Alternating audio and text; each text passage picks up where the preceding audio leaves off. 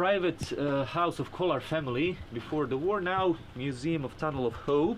It was taken as a, you know, best position to start digging from this side, and everything you can see at this house is authentic. Only this part, you know, the entrance to the tunnel is from the other side, and this part was just placed here to close museum exhibition. This is significant place about one notorious massacre that occurred here at 7th of May 1992. This is placed it here, you know, remember about that happening, where 9 people were killed by this mortar grenade.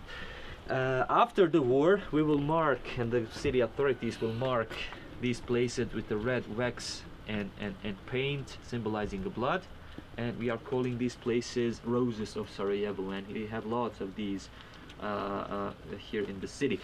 Also, the dangerous part of your journey, probably if you are going from the city or you're coming in, was to wait in front of this house.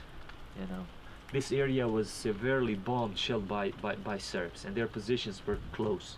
I think lots of people, a few dozens of people were killed and wounded here.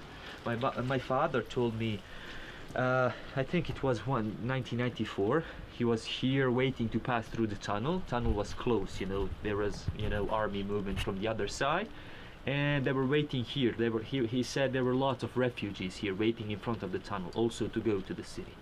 And he moved behind to speak with his friend who was in charge for the maintenance here, and suddenly explosion of mortar grenade occurred here. And he said we came here and there were lots of killed and wounded people. And he said, just few minutes before the explosion, I was speaking with one lady, and I remember her traditional wool sock on her feet. And after that, after the explosion, I noticed her leg on the fence, like here. And after that, we were collecting parts of human bodies here around this area. And still today, I can see some elements of PTSD in his behavior still.